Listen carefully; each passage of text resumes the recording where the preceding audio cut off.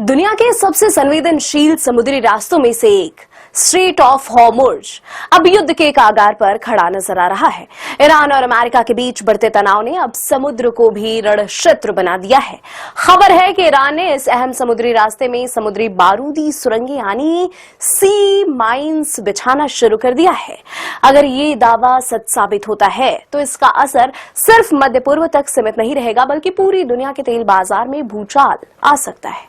दरअसल अमेरिकी खुफिया एजेंसियों का दावा है कि ईरान ने स्ट्रेट ऑफ हॉर्मुज में कई जगह समुद्री माइंस बिछानी शुरू कर दी है।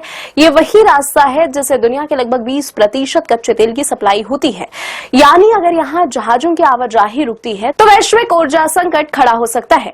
रिपोर्ट्स के मुताबिक अभी तक ईरान ने कुछ दर्जन माइंस ही बिछाई है, लेकिन विशेषज्ञों का कहना है कि यह सिर्फ शुरुआत हो सकता है।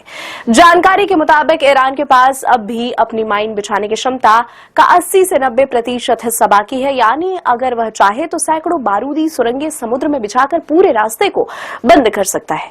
विश्लेषकों का मानना है कि इस पूरे ऑपरेशन में ईरान के इस्लामिक रिवोल्यूशनरी गार्ड कॉर्प्स यानी कि IRGC और उसकी नौसेना अहम भूमिका निभा रही है। IRGC के पास समुद्र में युद्ध छेड़ने का एक जटिल नेटवर्क मौजूद है, जिसमें तेज रफ्तार छोटी नावें, विस्फोटकों और भारी बोट और तटीय मिसाइल सिस्टम शामिल है।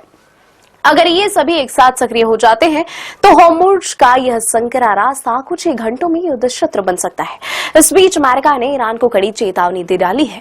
अमेरिका के राष्ट्रपति डोनाल्ड ट्रंप ने सोशल मीडिया पर कहा है कि अगर ईरान ने समुद्र में बारूदी सुरंगें बिछाई तो उन्हें तुरंत हटाया जाए।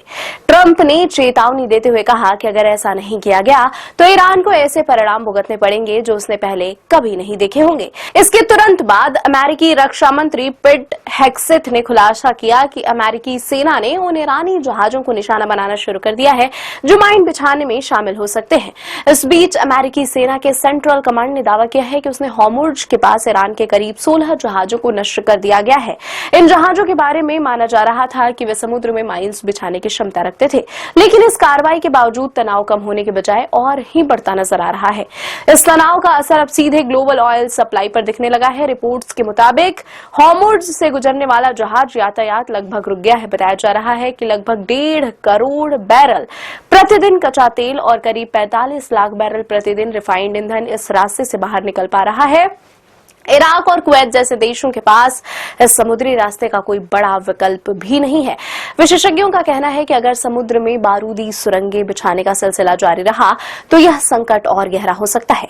उनका कहना है कि नौसेना की मौजूदगी से समुद्री रास्ता अस्थायी रूप से बंद किया जा सकता है, लेकिन अगर इसमें माइंस बिछा दी जाए तो उसे साफ करना बेहद मुश्किल हो जाता है।